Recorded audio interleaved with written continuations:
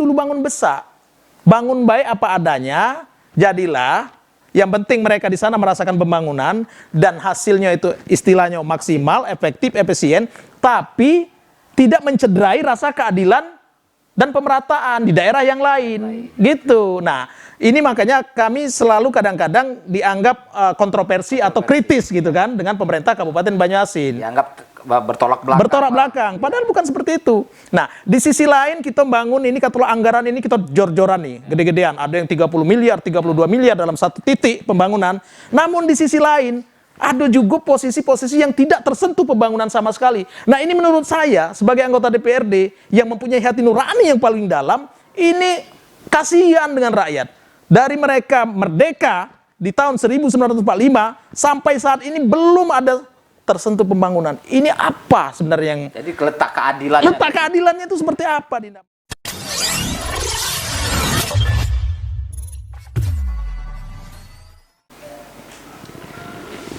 Assalamualaikum warahmatullahi wabarakatuh.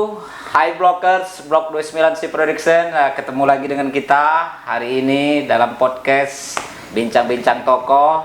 Dimanapun teman-teman berada, baik yang lagi di jalan maupun yang lagi nongkrong-nongkrong cantik di kafe, tetap like, komen, dan subscribe.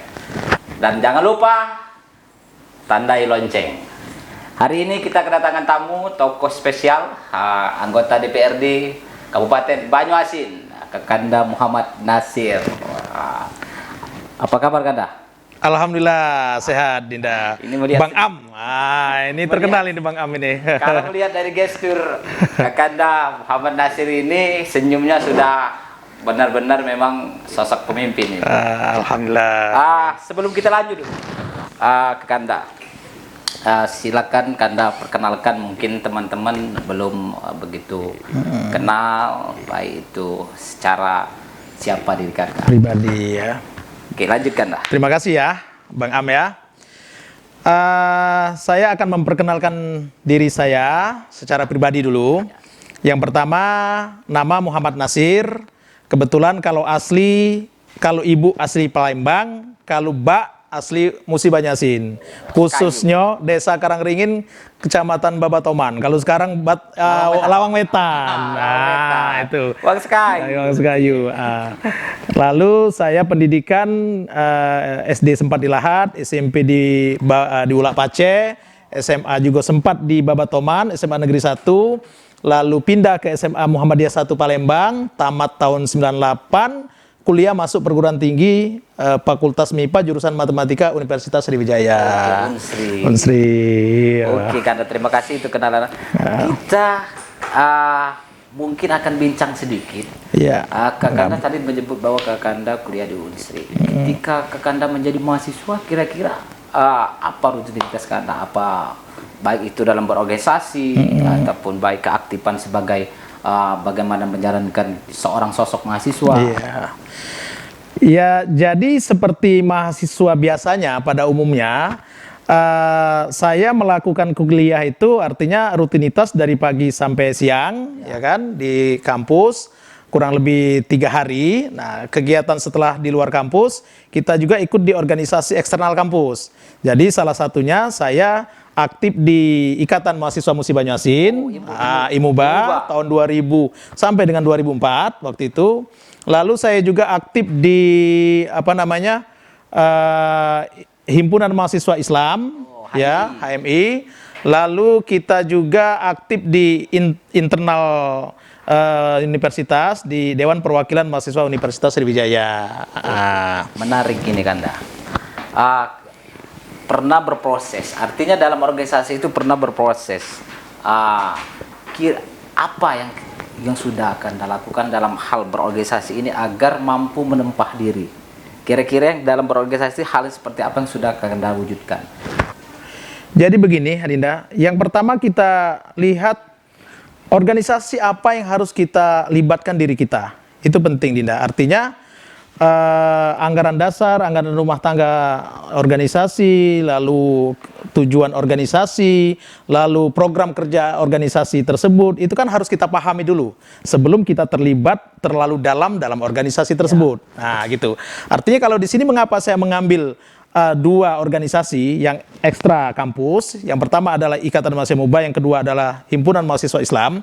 Yang pertama, kalau di Ikatan Mahasiswa Muba, saya sendiri sebagai putra Musi Banyuasin merasa terpanggil hati nurani saya melihat situasi yang ada di Kabupaten Muba saat itu. Itu diperkirakan tahun berapa itu? Waktu itu kita aktifnya di tahun 99, 2000 kita masuk sampai 2004. 2004 kita masih aktif di situ. Berbarengan juga dengan kita masuk di HMI tahun 2000-an waktu itu, Dinda. Sebagai ketua atau Jadi kalau di HMI kita hanya sebagai pengurus di HMI cabang Palembang. Namun kalau di Muba kita sempat menjadi ketua umum. Ketua umum itu setelah kepengurusan Kanda Indra Kusuma. Nah, disitulah dulu kawan-kawan kumpul, ada Kanda Askolani, ada Edipan Kusni waktu itu ya, ada Darul Kutni, itu kan ada di situ. Dan kita setelah senior itu baru kita estafet kepemimpinannya, ya, regenerasi. Nah, mungkin dalam berorganisasi itu menjadi sosok seorang pemimpin itu bisa dikatakan hal itu dicapai. Ya. Nah, tentu ada tantangannya kan. Betul. Nah, pasca Kanda jadi ketua IMUBA itu dinamikanya seperti apa kira-kira? Jadi saat kita menjadi ketua IMUBA pada tahun 2002 itu, hal yang kami perjuangkan adalah beasiswa. Jadi beasiswa itu menjadi target pertama kami. Mengapa kami sampaikan? Karena kami melihat bahwasanya mahasiswa yang ada di Kota Palembang ini cukup banyak dan cukup berprestasi. Lalu kita lihat juga situasi keuangan di Muba.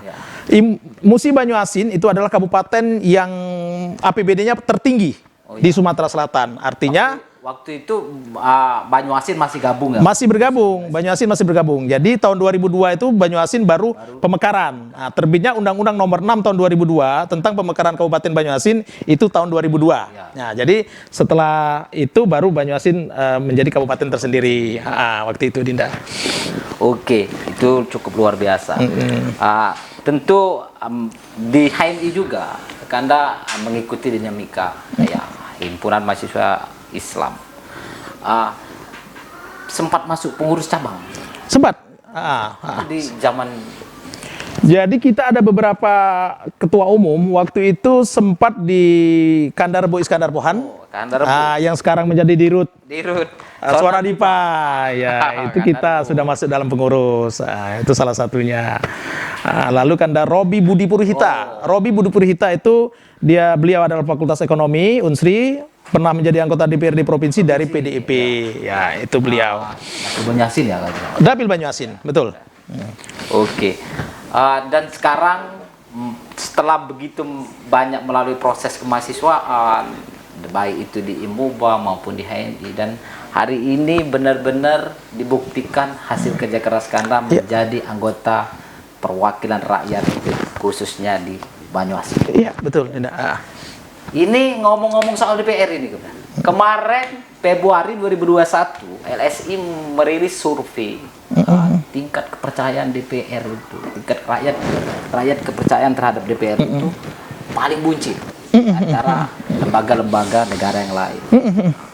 Artinya ada kesenjangan kepercayaan masyarakat itu. Nah, hari ini mungkin momen yang pas untuk Anda menjelaskan, karena hampir setiap saya berjalan dan menanya masyarakat itu, masyarakat awam tahunya DPR itu tahunya bisa semua. Padahal kan ada tupoksi dan fungsinya masing-masing harus dilakukan, tidak bisa melampaui batas itu. Kira-kira itu harus hari ini di-clearkan kan? Iya, makasih ya Bang Am ya. Jadi ada sesuatu yang perlu kita sampaikan di sini. Sebenarnya apa yang menjadi landasan anggota DPRD itu kan sesuai dengan ketentuan perundang-undangan, terutama Undang-Undang Nomor 32 tahun 2004, sebagaimana yang sudah diubah menjadi Undang-Undang Nomor 23 tahun 2014 dan terakhir berubah menjadi Undang-Undang Nomor 9 tahun 2015 tentang pemerintah daerah, bahwasanya fungsi anggota DPRD itu ada 3. Yang pertama adalah fungsi pengawasan terkait dengan pelaksanaan kegiatan pembangunan di kabupaten, kota, provinsi. Lalu yang kedua adalah fungsi penyusunan anggaran bersama-sama dengan pemerintah kabupaten atau disebut dengan budgeting. Yang ketiga adalah fungsi penyusunan perda bersama-sama dengan pemerintah kabupaten, kota, provinsi. Nah, jadi yang kita perhatikan sekarang ini adalah ini kan mengapa terjadinya survei bahwasanya lembaga DPRD itu menjadi lembaga yang dari hasil survei itu tingkat kepercayaan masyarakat rendah. Ya. Ini sebenarnya beralasan ya Bang Am ya. Karena mengapa demikian? Dalam hal ini yang kita perhatikan adalah fungsi dan peran anggota DPRD-nya itu mungkin tidak maksimal.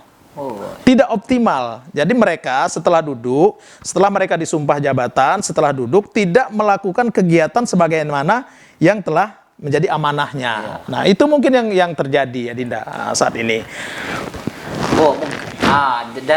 Jadi oke, tadi ada 3 fungsi. Iya. Pengawasan, budgeting, dan pembuatan perda. Perda, iya. Aturan yang kolaborasinya dengan pemerintah daerah setempat. Pengawasan.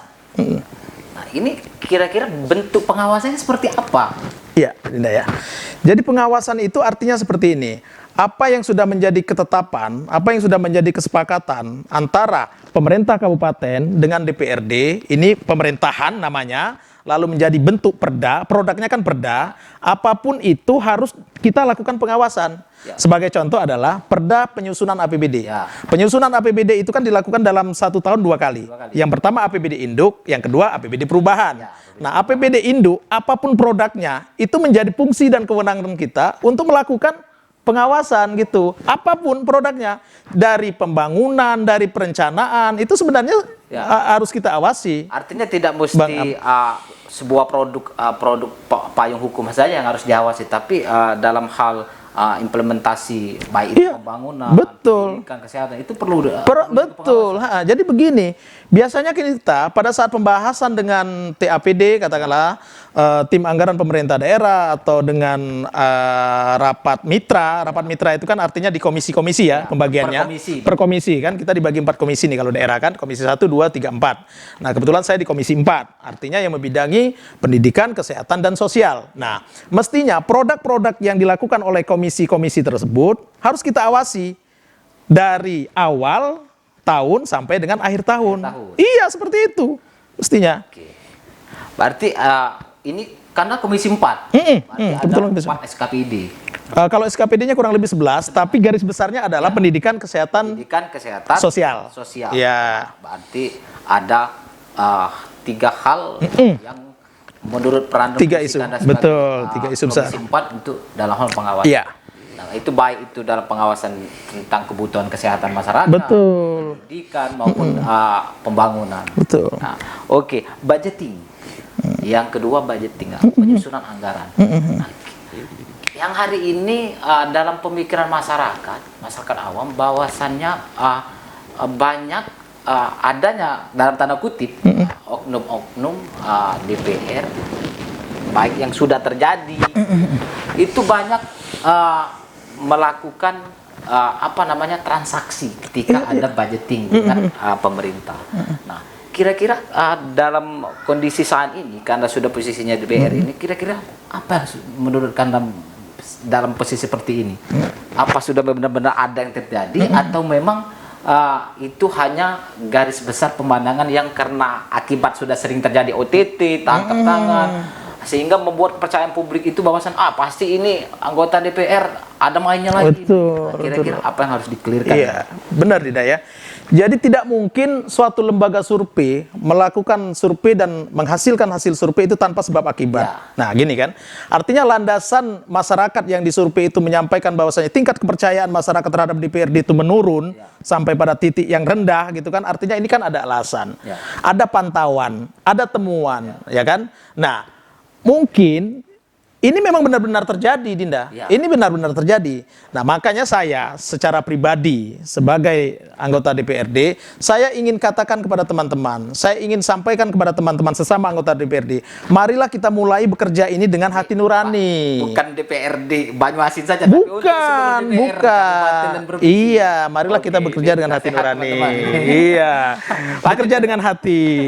Itu. Lanjutkan, kira-kira apa yang harus disampaikan kepada kawan-kawan DPR ini untuk seluruh DPR baik kabupaten kota maupun kabupaten ataupun provinsi. Iya. Kira-kira apa yang harus diselesaikan dalam hal kerjasama pembentukan anggaran ini sama dengan pemerintah? Karena sering sekali banyak asumsi-asumsi liar bahwasannya ini pasti ada kong kali kong lah, deal lah, inilah. Nah ini kira-kira menurut Anda gimana itu? Jadi kalau indikasi yang disampaikan oleh masyarakat, Potensinya potensi memang ada, itu memang bisa terjadi. Bisa terjadi. Bahaya ini. Bisa terjadi. Nah, sekarang mengapa ini harus kita sampaikan bahwasanya ini sesuatu hal yang tidak boleh kita lakukan, gitu kan? Karena mengapa? Apabila kita ikut terlibat dalam kegiatan yang demikian, maka kita nanti tidak akan bisa objektif lagi Dalam hal menilai apa yang akan mereka sampaikan, data yang mereka sajikan dengan kita, gitu kan?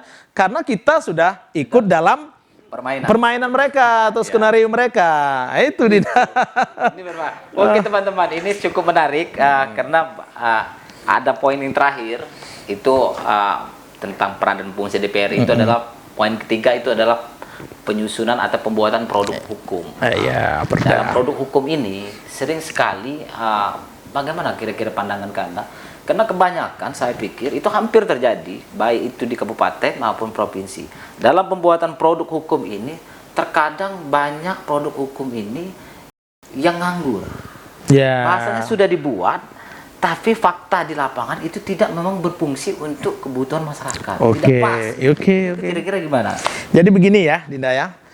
Yang perlu kita sampaikan di sini adalah sejauh mana tingkat efektivitas efisiensi dari produk hukum tersebut atau dalam hal ini perda. Nah, yang memahami terkait dengan teknis di lapangan itu sebenarnya kawan-kawan yang ada di pemerintah kabupaten, ya kan? OPD, dinas, instansi terkait dengan penyusunan perda. Memiliki semua instrumen. Iya, karena nanti pelaksanaan di lapangan itu hampir total mereka. Gitu kan? Nah, artinya pada saat perda ini belum disusun, perda ini belum dibuat rancangan dulu kan sebelum jadi perda, itu mereka mesti memikirkan dulu gitu. Sejauh mana produk perda ini akan dilaksanakan atau dieksekusi di lapangan gitu. Nah, kalau menurut kita ini memang belum penting, belum perlu, sebenarnya lebih baik kita cari dulu produk perda yang lain gitu. Dalam hal ini kalau saya melihat lebih baik kita bagaimana cara meningkatkan pendapatan asli daerah. Sebenarnya perda ini turunan dari ketentuan perundang-undangan yang sudah ditetapkan oleh pemerintah pusat gitu, Dinda. Dan yang kedua juga ini sering terjadi ini karena produk hukum ini sering terkadang berlawanan dengan undang-undang. Betul. Kebanyakan ini. Betul. Nah, khususnya karena di Banyuasin. Kira-kira di Banyuasin itu seperti apa kondisi saat ini? Ya. Dalam baik itu dalam pemerintahan ataupun dalam parlemen DPR. Iya. Oke, Dinda ya. Sejauh ini kalau saya melihat terkait dengan perda yang ada di Kabupaten Banyuasin tidak terlalu bergesekan dengan produk hukum yang berada di atasnya, ya kan? Seperti itu. Namun yang terjadi itu adalah perda yang sudah kita sepakati, yang sudah kita buat itu kadang-kadang memang belum efektif dan belum efisien gitu. Kalau saya perhatikan karena kawan-kawan yang ada di OPD ini mungkin belum terlalu memahami gitu, atau mungkin mereka memahami tapi niatnya untuk melakukan hal ini agar dilaksanakan sehingga tidak produktif. Mereka dalam hal mereka eksekusi produk-produk hukum ini. Betul, Linda. Banyuasin, salah satu kabupaten di mana letak wilayahnya antara Moba, Palembang. Menurut saya ini, menurut Anda, potensi Kabupaten Banyuasin ini ke depannya itu arahnya apa harus seperti Tangerang, kota persinggahan di mana ini kota satelit. Itu kira-kira gimana? Menurut pandangan Anda sebagai Dewan Perwakilan Rakyat ini melihat wilayah Banyuasin ini? Ya, jadi Dinda, Banyuasin itu sebenarnya daerah yang potensial, ya kan? Mengapa saya katakan demikian? Yang pertama, Banyuasin itu mengelilingi ibu kota Provinsi Sumatera Selatan atau kota Palembang. Nah, artinya dari sisi geografis Banyuasin itu bisa dikatakan kota satelit karena dia mengelilingi ibu kota provinsi, kota Palembang. Itu yang pertama. Lalu yang kedua, dari sisi potensi alam di Banyuasin itu tinggi. Yang pertama, perkebunan di Banyuasin luas. Lalu pertanian kita sekarang kan sudah terbukti bahwasanya produk padi ya kan itu tertinggi untuk wilayah Sumatera Selatan, bahkan di nasional kita peringkat keempat kalau nggak kelima ya, kurang lebih seperti itu Dinda. Itu yang kedua. Lalu yang ketiga, dari sisi pelabuhan kita punya pelabuhan khusus di Tanjung Api-Api yang mana dijadikan sebagai kawasan ekonomi khusus KEK gitu kan. Artinya jika ke depan Banyuasin ini dikelola dengan baik, dengan apa namanya profesional gitu kan, dengan manajemen yang memadai, mudah-mudahan Banyuasin itu ya akan jauh lebih maju. Kalau kondisi sekarang kira-kira ini Banyuasin ini sedang mengarah ke arah yang menurut Kak Kenda tadi, atau memang ini pemimpinannya masih bagaimana ini sisi kekurangannya? Oh gitu ya Dinda. Dari sisi apa namanya, dari sisi visioner pemimpinnya, saya pikir Banyuasin ini sudah bagus. Visionernya cukup bagus. Mengarah ke sana. Ya. Nah, namun ada kelemahannya. Kelemahan dari kepemimpinan kita saat ini di Kabupaten Banyuasin adalah dari tata kelolanya. Nah, tata kelolanya ini saya lihat analisa tentang tata kelola keuangannya masih kurang memadai. Nih, ke depan Pak Bupati Banyuasin harus mencari wakil visioner juga ini. Kalau masalah tata kelola keuangannya kita cukup memahami, Dinda. Jadi, oke Kanda, terima kasih. Itu cukup penjelasannya cukup menurut saya sudah lengkap. Ya. Sangat detail.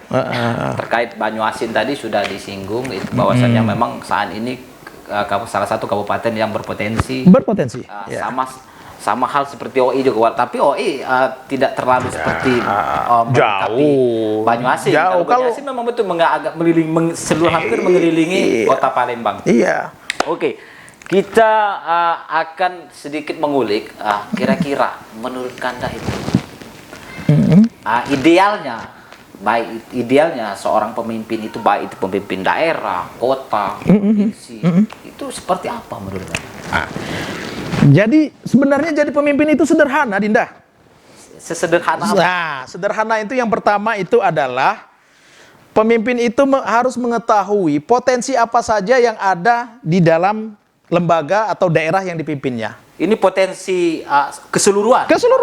SDM, iya, kekayaan alam, betul, penghasilan, hampir seluruh itu harus. Oke, sudah itu yang pertama itu. Nah, setelah kita mengetahui apa potensi yang ada, potensi keuangan, potensi SDM, potensi infrastruktur, geografis dan lain-lain, baru kita akan tetapkan melalui tata kelola, gitu kan. Tata kelola keuangan, tata kelola pemerintahan yang transparan, yang akuntabel, sehingga kita bisa menciptakan pembangunan yang merata dan adil untuk kesejahteraan masyarakat ini. Betul. Itu, Dinda. Kira-kira apa yang akan Kanda lakukan ketika hal itu terjadi, seandainya kita tidak tahu kan, ke depan seandainya Kanda Nasir ditakdirkan untuk menjadi Bupati Banyuasin atau menjadi wali kota Palembang. Iya. Kira-kira hal apa yang pertama akan Kanda lakukan? Yang pertama saya akan mengambil kebijakan politik anggaran. Itu yang pertama. Mengapa penting politik anggaran? Karena masyarakat itu hampir seluruhnya mengharapkan pembangunan. Jadi anggaran inilah yang menentukan bahwasanya masyarakat itu bisa sejahtera, masyarakat itu bisa lebih cerdas, lebih sehat, itu kan? Tanpa kebijakan anggaran, tanpa politik anggaran tidak akan bisa terrealisasi. Artinya apa? Kita mesti paham apa saja yang mesti kita lakukan. Baik dari sisi pendapatannya, terutama belanjanya. Iya. Itu. Arti anggaran ini memang letak strategisnya maju dan mundurnya. Iya, Dinda. Iya, kalau mereka tidak memahami tentang anggaran, dalam hal ini APBD, susah kita, Dinda. Nampaknya memang Kanda Nasir ini memahami betul soal budgeting anggaran ini. Apa karena memang ada pengalaman di dalam mengetahui dalam penganggaran ini? Jadi belum jadi DPR ini. Oh ya, Dinda ya. Jadi sebenarnya kan basis saya kan matematika. Ya kan? Jurusan matematika. Iya, saya jurusan matematika. Jadi jurusan matematika ini kan artinya banyak perhitungan. Nah, selain perhitungan kan analisa keuangan, kami ada namanya materi model matematika, ada analisis regresi, ada analisis numerik, lalu ada akuntansi, ada mata kuliah keuangan MedQ waktu itu kan, waktu kita kuliah. Nah, artinya basis ini yang membuat kita lebih memahami bagaimana sebenarnya porsi yang terjadi yang sebenarnya. Itu dasarnya, Dinda ya. Itu dasarnya. Oke, jadi teman-teman, jadi kalau teman-teman nonton, ini artinya memang Kanda Muhammad Nasir ini tidak hanya satu sisi saja memahami, artinya memang sudah basic beliau itu mengetahui bagaimana anggaran ini, sehingga beliau sangat lantang dan tegas. Maka benar ini teman-teman, harus nonton ini Blok 29 Produksinya. Berani bicara beredar hanya di Blok 29. Oke. Ada lagi pertanyaan-pertanyanyaan yang nanti Kanda, mungkin nanti ada pertanyaan-pertanyaan dari kawan-kawan netizen. Namun sebelum kita sampai ke tahap itu, masih ada, kita akan kupaskan lagi. Kira-kira adakah Kanda itu minat atau niat untuk menjadi sosok pemimpin, seorang pemimpin? Apalagi di saat kondisi seperti ini. Memang berbicara saat ini kan memang masih jauh. Betul.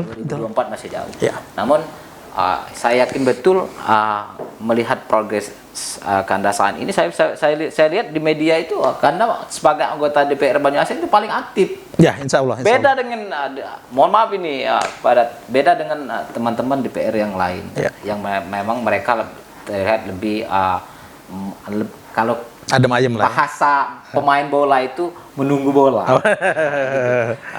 Kira-kira ini apa tips dan cluenya sehingga agak seperti energik ini, Kanda? Iya, tadi Adinda sampaikan bahwasanya apakah ada keinginan gitu kan? Ada keinginan. Jadi kita sebagai seorang aktivis pergerakan, Adinda, tentunya melihat situasi kan. Nah, situasi ini kita sebagai aktivis itu tentunya apabila ini kita lihat tidak ideal, maka di dalam batin kita akan memberontak. Nah, tidak ideal ini bagaimana supaya ideal? Nah, untuk itulah makanya kita membuat jadi kita menjadi kader, diri kita ikut organisasi, latihan kepemimpinan dan lain-lain agar kita bisa memimpin lembaga yang menurut kita itu perlu kita pimpin seperti itu. Artinya karena naluri aktivis, naluri membentuk diri, iya. Kita tuh ada keterpanggilan dalam untuk menjadi pemimpin. Betul. Oke, Kanda. Ini menarik. Kira-kira ini kemarin karena saya lihat di berita sempat coba viral itu masuk bursanya calon wali kota Palembang. Kemarin ini banyak media-media hampir menerbitkan berita online. Kanda Nasir mau mencoba mengikuti kontestasi politik wali kota Palembang. Kira-kira sejauh mana? Memang betul itu hanya isu atau memang ada niatnya untuk ke sana? Oke, Dinda ya. Jadi saya itu sebenarnya ingin sampaikan kepada kawan-kawan aktivis bahwasanya apa yang menjadi keinginan kita itu mesti kita ikuti. Kita coba gitu kan. Saya menjadi anggota dewan ini sebenarnya bukan tahu jadi tahun 2019. Aku dulu tahun 2009 sudah pernah calon. Oh, sudah pernah calon? Pernah calon di MUBA waktu itu di Dapil 4 kalau tidak salah, daerah Babatoman Sanga Desa itu kan. Nah, kalau sekarang sudah jadi Dapil 2. Dapil 2. Nah, jadi itu gugur. Tidak terpilih, kalah sedikit, tapi tetap kalah kan, walaupun kalah sedikit. Nah, artinya perjuangan ini kan harus kita lakukan lagi pada saat kita ingin mencapai suatu tujuan. Nah, untuk itu maka di Kota Palembang ini, menurut saya kita sebagai aktivis wajar-wajar saja kalau kita ada keinginan untuk membangun Kota Palembang agar lebih baik lagi. Karena memang rutinitas kita banyak di Palembang juga. Iya, jadi itu menurut saya sesuatu yang memungkinkan kalau memang nanti ada kesempatannya. Tapi Adinda, sekali lagi saya sampaikan di sini bahwasanya syarat untuk menjadi seorang pemimpin, apalagi kepala daerah, itu tidaklah mudah. Minimal ada 4 syarat. Apa itu? 4 syarat itu akan saya sampaikan. Yang pertama adalah itikat dari diri sendiri. Kemauan, keinginan, keberanian. Itu dari diri internal kita, diri pribadi. Nah, itu yang pertama. Yang kedua, jaringan sosial. Jaringan sosial yang sudah kita bentuk, yang sudah kita bangun, yang sudah berakselerasi dengan kita, Sejauh mana itu nanti akan dibuktikan melalui survei. Ya. Artinya tingkat popularitas, tingkat elektabilitas itu sudah sejauh Sejauh mana. mana masyarakat Mengenal kita. Setelah mengenal, apakah mereka menginginkan kita? Iya, Kan seperti itu kan, Dinda? benar. Nah, itu yang kedua. Lalu yang ketiga adalah komunikasi politik atau komunikasi dengan partai-partai politik. Karena kan ini ketentuan perundang-undangan mengatakan apabila kita ingin maju sebagai kepala daerah, salah satunya adalah harus keluar dari partai politik. Walaupun ada juga yang lain bisa melalui independen gitu kan. Nah, itu yang ketiga, Dinda. Namun ada yang paling penting adalah konsolidasi. Walaupun kita sudah mempunyai 3 syarat ini, apabila konsolidasi ini tidak kita jalankan, tidak kita bangun, kita tidak bersosialisasi lagi, Ya. nah ini kan susah juga kita mau menang, gitu kan? Artinya konsolidasi ini mencakup ketiga poin yang tadi. Iya, konsolidasi inilah membutuhkan modal konsolidasi, gitu, operasional konsolidasi dan lain-lain. Itu yang paling penting. Iya, itu Dinda. Tentu kadang ketika ya betul, saya sepakat ketika kita ingin menjadi pemimpin, sama halnya kita harus ada niat dulu. Ada niat dulu, betul. Nah, dalam hal kemauan ini sebenarnya kemungkinan banyak juga yang berani kemauan, tapi melihat politik kita khususnya di Indonesia hari ini yang memiliki kos yang begitu tinggi. Nah, Ya. ini menjadi mungkin kendala kita sedikit kemunduran dalam berdemokrasi di Indonesia saat ini. Kira-kira itu seperti apa? Jadi Dinda gini ya, saya analogi saja nih. Ya. Analogi saja. Sama seperti kita dari Palembang mau berangkat ke Sekayu. Ya. Kan? Sekarang kita mau naik mobil apa? Apa kita nak naik mobil Mercy? Apa kita nak naik bis kota? Atau kita nak naik mobil Xenia? Ya. Nah, itulah perbandingannya. Kos itu bisa dilihat dari sana. Artinya gini, se-efektif mungkin, se-efisien mungkin kita bisa mengelola operasional ini, yang penting tujuan kita tercapai, sampai di tujuan dengan selamat dan dengan kemenangan. Seperti itu, Dinda. Artinya sesuai kendaraan apa yang ingin kita Betul, kendaraan apa yang kita pakai. tentu kan itu dalam hal kendaraan ini kita menganaloginya bahwasannya tentu ini partai. Nah, hari ini transaksional partai ini dalam kata kutip, tapi tidak, kalau secara publik itu memang tidak disebutkan bahwa partai ketika mau calon dari partai ini harus ada uang, tidak. Tapi hampir bukan rahasia publik lagi, bukan rahasia umum lagi, bahwasanya pasti ada uang yang keluar setiap partai ingin mendukung kita. Iya. Itu kira-kira menurut Anda apa kira-kiranya strategi itu yang mesti harus kita lakukan? Apa itu komunikasinya, seperti apa? Tadi sudah saya sampaikan bahwanya syarat untuk maju sebagai calon pemimpin kepala daerah itu kan ada 4. Didukung partai. Salah satunya adalah harus didukung partai. Nah, sejauh mana kita bisa mempengaruhi partai politik yang akan mendukung kita, itu juga sejauh mana kemampuan kita. Seperti itu, Dinda. Memang ada beberapa partai yang membutuhkan kos politik untuk pendukungan, ya kan? Namun, saat ini ada juga beberapa partai yang tidak membutuhkan itu. Yang penting calon atau kandidat calon pemimpin kepala daerah ini memang layak untuk didukung. Artinya dari tingkat survei mereka sudah bagus, popularitas sudah bagus, sudah tinggi, elektabilitas juga mungkin sudah cukup meyakinkan untuk kita dukung. Dan apabila ini digerakkan oleh mesin partai, mereka berkeyakinan ini menang. Artinya gitu. partai juga tidak sekonyong-konyong langsung ini mau dukung, langsung dukung. Artinya mereka ada mekanisme pendalaman terhadap siapa yang harus didukung. Betul, Linda. Jangankan partai politik, kita sendiri pada saat kita caleg kemarin, kita juga meng-hire lembaga survei. Kita juga harus menurunkan tim survei ke lapangan. Sejauh mana tingkat popularitas kita, elektabilitas kita di tempat dapil kita untuk mencalonkan diri. Nah, setelah kita tahu hasil survei itu, maka kita memahami, oh kita lemahnya di sini, oh kita lemahnya di tingkat masyarakat yang kelas ini, kelas itu. Lalu wilayahnya di sini, wilayahnya di mana gitu kan. Nah, ada evaluasi lah. Evaluasi, Dinda. Apalagi untuk calon kepala daerah, gitu, Dinda. Nah, ini menarik. Mungkin saat ini posisi Anda sebagai DPR juga menjadi tokoh publik. Kalau posisi saya yang masih muda itu menganggap Anda itu adalah panutan untuk kaum muda. Amin, alhamdulillah. Iya, makasih, Dinda. Umur 40 itu tidak 42. semua orang mampu untuk menjadi baik itu DPR ataupun pemimpin-pemimpin lainnya, karena memang ada yang dikejar. Nah, ini tipsnya seperti apa sehingga Kanda itu memang perjalanan karirnya, perjalanan storynya Kanda itu bisa mencapai ini semua. Iya. Jadi yang harus kita lakukan yang pertama adalah kita haruslah mudah bersyukur. Jadi mudah bersyukur itu artinya gini Dindo ya. Kita sekarang bisanya sampai jadi anggota dewan. Ya. Nah, marilah kita syukuri kita sebagai anggota dewan. Nah, setelah kita syukuri, marilah kita maksimalkan apa yang sudah menjadi amanah kita sebagai anggota dewan. Jangan kita jadi anggota dewan, tahu-tahu kita berpikirnya macam-macam, gitu kan? Seolah-olah kita lah jadi kepala daerah, seolah-olah lah jadi bupati, lah jadi wali kota. Nah ini kacau, gitu kan? Nah kalau kita memahami situasi kita, baju di badan ini memang muatnya untuk kita inilah. Nah kita itu insya Allah akan istiqomah. Kalau berbahasanya tuh ngukur baju di badan. Ngukur baju di badan.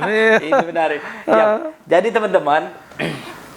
Itu sebuah tips, artinya kita sebagai kaum muda ini memang harus memiliki keinginan yang kuat dan mental yang kuat. Kita lanjut lagi Kanda. Di 2030 kemungkinan besar Indonesia ini akan mengalami lonjakan bonus demografi, di mana 64% penduduk Indonesia ini akan diisi oleh kaum generasi muda. Nah, ini tantangannya, khususnya Indonesia ini, untuk bagaimana menyiapkan generasi muda, generasi milenial ini produktif. Betul, betul. Karena kita akan banyak menghadapi di mana tantangan ini, baik itu 4.0, sekarang sudah berjalan 5.0, kita menghadapi kecanggihan teknologi. Nah, ini berkaitan tentunya dengan Kanda sebagai Komisi 4, yang mana kerjasama bidangnya adalah Dinas Pendidikan. Betul. Ini berpengaruh sekali dengan dunia pendidikan. Kira-kira menurut Kanda ini gimana? Persiapannya, strateginya Kanda sebagai Dewan Perwakilan Rakyat Banyuasin ini untuk menyiapkan generasi Banyuasin itu yang potensial dan produktif. Iya, betul Linda ya. Jadi berdasarkan hasil survei yang dirilis oleh lembaga internasional terkait dengan apa itu generasi milenial sekarang ini, yang sebutan lainnya adalah generasi Y, generasi Y itu, bahwasanya secara data itu di negara kita saja angkanya 34,8%. Untuk posisi itu saat ini. Jadi usia rentangnya antara kelahiran 81 sampai dengan kelahiran 2000-an. Jadi usianya antara 17 tahun sampai dengan 37 tahun. Nah, itu sampai saat ini 34% sekian. Nah, artinya begini. Yang menjadi masalah saat ini adalah generasi milenial atau generasi Y ini kan pola kehidupan, tingkah lakunya kan berbeda dengan generasi-generasi sebelumnya. Sebelumnya, katakanlah generasi kami waktu itu kan. Nah, untuk itu maka kami sampaikan bahwasanya ada beberapa hal yang perlu disiapkan oleh generasi Y ini. Nah, ya. Karena generasi yang mempersiapkannya itu baik dari pemerintahan atau memang dari sistem pola masyarakat sana. Ya, jadi kita harus sampaikan ini kepada adik-adik kita ini, bahwasanya ini juga harus berkolaborasi juga dengan pemerintah, ya kan, sebagai tenaga pendidik, sebagai pengambil kebijakan, ini juga harus bersama-sama. Nah, namun pesan yang harus kita sampaikan langsung kepada adik-adik ini yang saat ini menjadi generasi Y, itu ada beberapa hal. Yang pertama adalah kita harus sampaikan adik-adik harus bersosialisasi, berorganisasi, seperti itu. Karena mengapa? Generasi Y ini kan orang yang tidak terlalu peduli dengan lingkungan, kadang-kadang ya kesannya ya kan, tidak terlalu ingin bergaul, ingin berkawan. Nah, untuk itu kita harus sampaikan bahwasanya bergaul itu penting, bersosialisasi itu penting, berorganisasi itu lebih penting lagi. Karena memang waktu muda itu masa-masa di mana mereka itu tidak terlalu banyak yang dipikirkan. Iya. Penting happy. Nah, itu kan salah satu contohnya. Generasi Y ini salah satu contohnya adalah dia tidak terlalu memikirkan masa depan, ya kan? Nah, karena itu kita harus sampaikan seperti itu. Nah, yang kedua, generasi Y ini harus menjadikan yang namanya teknologi digital ini untuk menjadi ladang bisnis. Di sini kan ada fasilitas internet, ada komputer, ada apa namanya paket data, Terutama smartphone. smartphone itu kan. Nah, itu harus dimaksimalkan sehingga ini menjadi ladang bisnis atau bisa menghasilkan uang. Itu kan, itu yang kedua. Sehingga produktif lah. Sehingga produktif, Dinda, karena kita tidak bisa lagi memungkiri bahwasanya ini memang sudah era teknologi digital gitu. Hampir Teknologi era digital. sekarang itu kalau mencari uang itu tidak lagi harus kerja keras. Kan? Betul. Banyak di smartphone sudah cara jualan pun sekarang nggak lagi Betul. di lapak. Makanya Sudah ada lapak online. betul, makanya itu harus ditingkatkan. Artinya kemampuan untuk menganalisa, untuk mengaplikasikan fitur-fitur yang ada pada digital teknologi ini kan harus diterapkan kepada anak-anak muda saat ini atau generasi Y, generasi milenial saat ini. Itu yang kedua, Dinda. Lalu yang ketiga, kita sampaikan mereka juga harus pandai-pandai mengelola keuangan. Iya, karena dia kadang-kadang memang duit sekarang lagi ada. Tapi karena dia tadi kepeduliannya kurang, tahu-tahu, waduh, duit ini ngapul langsung habis gitu kan. Nah, sedangkan nak nyarinya lagi susah. Nah, gitu. Makanya harus ada kemampuan untuk tata kelola keuangannya. Yo, ini harus diorganisasi baik. Jadi mereka juga seperti itu. Nah, lalu yang ketiga, yang keempat, mereka juga harus meningkatkan keahlian yang lain di apa namanya soft skill. Selain hard skill-nya, keahlian utamanya mereka juga harus menyiapkan skill-skill yang lainnya. Termasuk kegiatan-kegiatan yang ada hubungannya dengan digital teknologi tadi, gitu. Ya betul, aku sepakat kan. Tapi hari ini juga ketika generasi ini ingin mengupgradekan soft skill-nya, itu hard skill atau soft skill-nya, tentu harus ada peran orang lain. Iya, Bisa dia sendiri-sendiri. Ini mungkin bisa pemerintahan menyediakan tempat fasilitas bagaimana mereka ini generasi muda ini mampu soft skill-nya. Artinya kolaborasi ini harus berjalan semaksimal mungkin dan sesempurna mungkin. Betul, betul. Oke, terima kasih Kanda. Kita lanjut Kanda. Ini sedikit mengulik bagaimana perjalanan Kanda ini yang dari tadi kita sudah bahas. Kanda berorganisasi, mahasiswa sudah hampir mengalami semua ini. Tentunya Kanda sudah memahami dinamika apa yang sudah Kanda alami.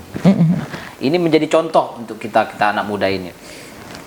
Nah, pertanyaan ini mungkin nanti akan ada dari teman-teman juga nanti Kanda. Dari teman-teman netizen mungkin nanti ada pertanyaan-pertanyaan akan kita bahas itu. Dan selanjutnya pertanyaan siapa lagi? Ada pertanyaan teman-teman? Nanti ya. Oke, kita lanjut ke sesi di mana pembahasan tentang apa ini tadi ya? Mana pertanyaannya nih? Sebentar Kanda. Kita lihat dulu. Ini santai saja Kanda, jangan terlalu tegang. Kena sedikit. Oh, oke. Artinya pembahasan bonus demokrasi milenial sudah kita laksanakan.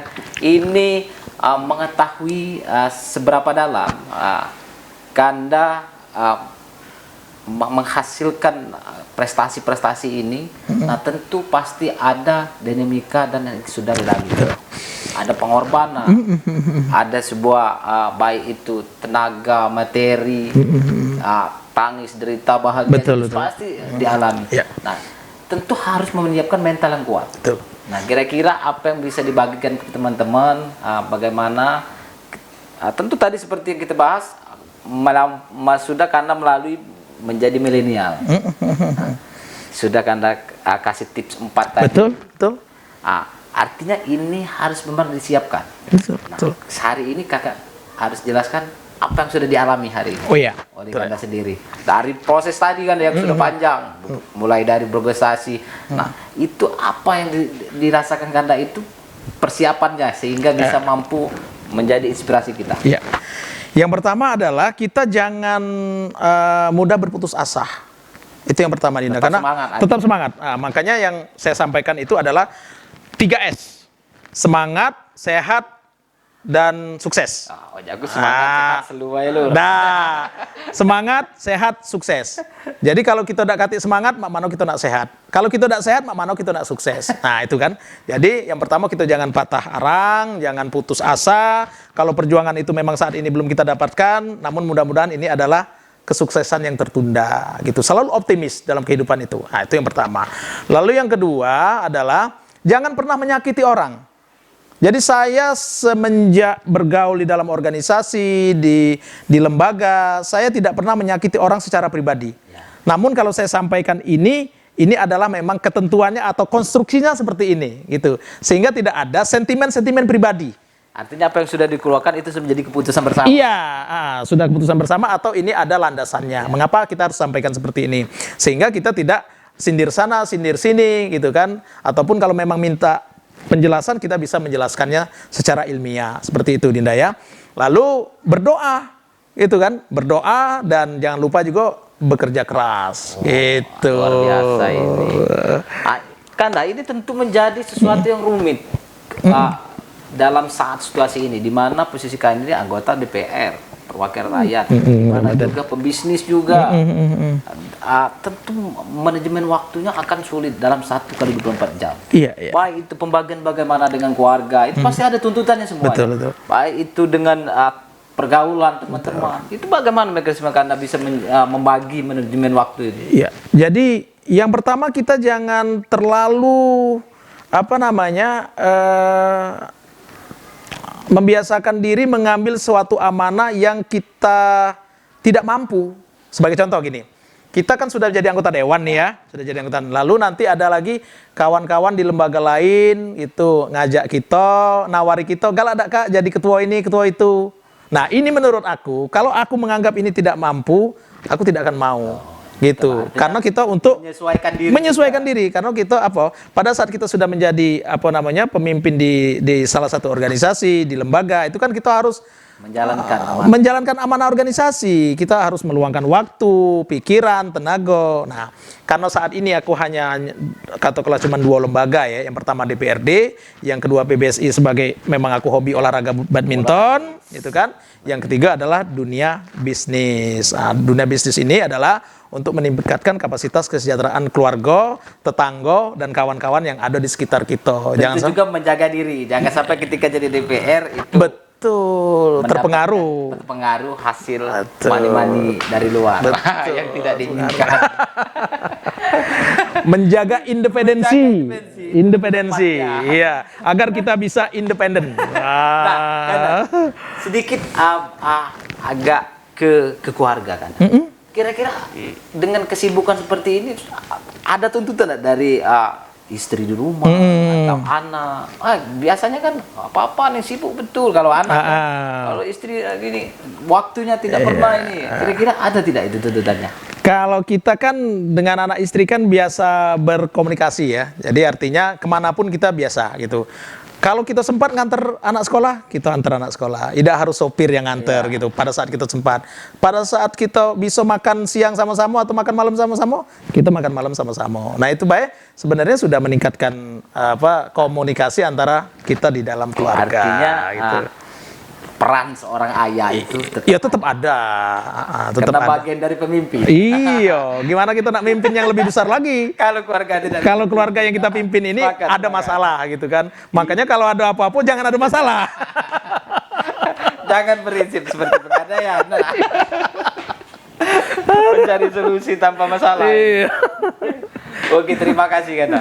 Mungkin nanti ada pertanyaan dari teman-teman netizen, ya, baik itu ada? Oke, dari siapa? Oke. Tebak coba. Oke, ini pertanyaan dari netizen. Pemuda Banyuasin Bangkit. Aduh. Ini nama akunnya pemuda Banyuasin Bangkit ini. Satu program apa yang sudah dijalankan Pak Dewan? Kakanda Muhammad Nasir dalam memajukan pemuda di Banyuasin agar terbebas dari hal-hal yang negatif sehingga dapat menciptakan generasi yang positif. Betul. Apa yang sudah dilakukan? Jadi dulu Dinda, waktu saya sebelum jadi anggota dewan sebenarnya saya sudah beberapa kali menyelenggarakan kegiatan kepemudaan di Banyuasin. Saat kita masih aktif di organisasi kepemudaan masyarakat atau OKP, organisasi kemasyarakatan pemuda, itu kita beberapa kali melakukan kegiatan. Pertama, dulu kita pernah sosialisasi kampanye anti narkoba. Waktu itu pemerintah kabupaten kita baru awal-awal berdiri Ya. di sekretariat yang sekarang KPU Kabupaten Banjarmasin itu atas nama lembaga Trikorah kalau tidak salah. Trikorah itu. Lalu yang kedua, kita pernah juga menyelenggarakan kegiatan atas nama Pemuda Banyuasin. Dulu ada Pemuda Banyuasin. Nah, waktu itu ketuanya adalah Bapak Ismail Abu Bakar sebagai anggota DPRD di Muba dulu, dan beliau seorang Golkar. Kita dulu menjadi ketua panitianya. Itu untuk merangkul potensi-potensi pemuda yang ada di Kabupaten Banjarmasin sehingga lebih kreatif, lebih berpikir positif apa yang bisa diberikan untuk pembangunan di Banjarmasin. Nah, yang lain-lain kita juga pernah kayak Kalau posisi sekarang kakak sebagai DPR, kira-kira program apa yang sudah dijalankan? Oh, kalau kepemudaan, oke. Saat ini yang jelas kan lembaga atau OPD, Dinas Pemuda Olahraga kan di bawah koordinasi kita. Pemuda di Komisi 4. Jadi kita selalu berkomunikasi dengan Kepala Dinas Pemuda Olahraga, Pak Merki, itu untuk meningkatkan kapasitas anggarannya dalam hal kegiatan pemuda, baik untuk kegiatan cabur-cabur ya kan, karena olahraga di pemudanya ya untuk di KNPI. Alhamdulillah tahun ini kan kita KNPI kita anggarkan sekitar 700 juta untuk 2022. Lumayan besar itu untuk kegiatan untuk pemuda. Kita kasih. Oke, itu jadi untuk saudara siapa ini namanya tadi? Banjarmasin Bangkit. Ya, Banjarmasin Bangkit. Ini dari masyarakat Banjarmasin. Satu, apabila masyarakat menginginkan Pak Nasir jadi orang nomor 1 di Banjarmasin, kira-kiranya apa tanggapannya? Mau atau tidak? Aduh, ini masih 2024 masih lama loh. Nah, ini ada pertanyaan ini. Kira-kira seandainya ini lebih berandai-andai saja ini pertanyaannya. Masyarakat menginginkan Ganda untuk menjadi pemimpin di Banjarmasin. Iya. Jadi gini ya, kalau ibaratnya amanah itu sudah harus kita emban, artinya kita harus maksimal mungkin untuk menjalankan amanah itu. Nah, tinggal apakah amanah itu ada di tangan kita? Oh, itu. Bagaimana harus mengambilnya? Bagaimana amanah itu harus tangan kita? Kalau memang amanah itu sudah harus kita jalankan, ya kita kan sebagai khalifah fil ardh. Artinya on proses ini. Iya, on proses. Semua siap ketika itu memang sudah waktunya. Iya. Oke, terima kasih Kanda. Ini sudah mencukupi. Itu pertanyaan dari netizen. Mungkin ini closing statement. Oke. Lebih tepatnya pernyataan di mana harus menginspirasi semua terkumpul menjadi closing statement yang berani bicara beda. Iya. Silakan Kanda. Ya. Jadi saya saat ini kan menjadi anggota DPRD, khususnya di Kabupaten Banjarmasin dari Komisi 4 dari fraksi Partai Golkar. Lalu saya juga diberi amanah oleh Partai Golkar sebagai Banggar, Badan Anggaran ya kan. Jadi Banggar ini selalu melakukan rapat dengan TAPD pada saat penyusunan anggaran. Nah, TAPD itu terdiri dari tim anggaran pemerintah daerah itu kabupaten, terdiri dari Sekda, Kepala DPPKD, Kepala Bapeda, dan Kepala Bapenda. Empat lembaga ini yang kita selalu berkoordinasi. Nah, dalam kita berkoordinasi untuk menentukan kebijakan politik anggaran, makanya kita harus benar-benar menganalisa. Politik anggaran ini jangan sampai kebijakan-kebijakan yang akan menjadi produk hukum atau perda menjadi APBD ataupun APBD perubahan itu memang benar-benar kita harus mengutamakan untuk kepentingan masyarakat, untuk kepentingan rakyat. Nah, dengan tetap mengutamakan azas pemerataan dan azas keadilan. Makanya saya selalu bilang, kalau kita belum bisa bangun besak di salah satu daerah, jangan dulu bangun besak. Bangun baik apa adanya, jadilah. Yang penting mereka di sana merasakan pembangunan dan hasilnya itu istilahnya maksimal, efektif, efisien, tapi tidak mencederai rasa keadilan dan pemerataan di daerah yang lain. Gitu. Nah, ini makanya kami selalu kadang-kadang dianggap kontroversi atau kritis gitu kan dengan pemerintah Kabupaten Banjarmasin. Dianggap bertolak belakang. Bertolak belakang, padahal bukan seperti itu. Nah, di sisi lain kita bangun ini katakanlah anggaran ini kita jor-joran nih, gede-gedean. Ada yang 30 miliar, 32 miliar dalam satu titik pembangunan.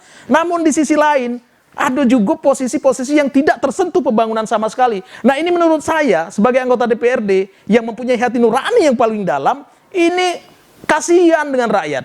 Dari mereka merdeka di tahun 1945 sampai saat ini belum ada tersentuh pembangunan. Ini apa sebenarnya yang Jadi letak keadilannya. letak keadilannya itu seperti apa, Dinda? Maka dari itu saya mempunyai aspirasi di Kabupaten Banyuasin ini selama 2 tahun kurang lebih, itu saya memposisikan kegiatan pembangunannya di wilayah-wilayah yang memang belum tersentuh pembangunan. Dan itu memang mereka merasakan. Memang membangun dari desa. Membangun dari desa. Itu. Dari sisi azas keadilan dan pemerataan. Pembangunan. Itu, Dinda. Penting itu, Dinda. Kalau tidak, untuk apa kita bernegara, Benar. berbangsa dan bernegara, kalau kita tidak terlibat dalam proses pembangunan, baik objek pembangunan maupun sebagai Karena subjek. memang itu fungsinya DPR. Makanya saya bilang tadi, fungsi politik anggaran adalah satu-satunya yang paling penting sebagai pejabat kepala daerah. Oke. Itu, Dinda. Jadi terima kasih Kanda atas Oke. kesempatan waktunya, sangat menggebu-gebu, menginspirasi. Terima kasih, Dinda. Hari ini menuai percakapan yang sangat menarik. Siap. Jadi teman-teman Blockers, Blok 29 Si Production, kalaupun memang nanti harus ada kelanjutan nanti ngobrol soal apa, silakan Oke. nanti teman-teman komentar, beri saran dan masukannya agar tetap channel kita ini berjalan dengan baik dan sempurna. Jangan lupa like, komen, dan subscribe. Oke. Oke, terima kasih. Terima kasih. Assalamualaikum warahmatullahi Bang Am. Ya, waalaikumsalam warahmatullahi wabarakatuh.